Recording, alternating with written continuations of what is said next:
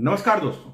किसी भी लोकतांत्रिक देश में न्यायपालिका की बहुत अहम भूमिका होती है, इसलिए कि समाज के अंतिम पायदान पर खड़ा हुआ व्यक्ति भी अपने न्याय की आस उसी से रखता है।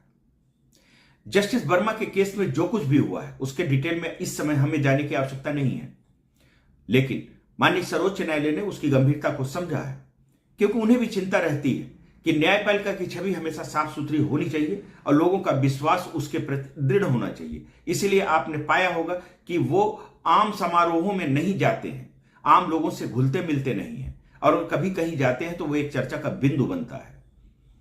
तो वो ऑलरेडी बहुत सतर्क रहते हैं। अगर किसी एक के द्वारा बाय द वे अगर कोई गड़बड़ी हुई भी है तो सर्वोच्च न्यायालय ने उसको इसीलिए गंभीरता से लिया।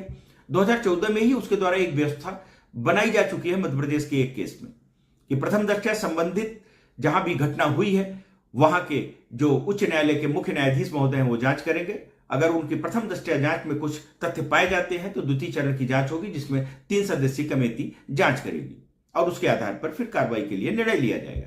3 सदस्यीय कमेटी का गठन किया जा चुका है, कार्रवाई चल रही है, लेकिन हमारे जितने यूट्यूबर साथी हैं जिनका एजेंडा है सरकार विरोधी, उन्होंने ऐसे लोगों का ग्रुप इकट्ठा कर लिया है। अच्छी खासी व्यूअरशिप हो गई है उनकी, और उनको उत्तेजित करने के लिए उनके द्वारा रोज अपने से इन्वेस्टिगेशन किया जा रहा है, अपने से जजमेंट भी पारित कर दिया जा रहा है।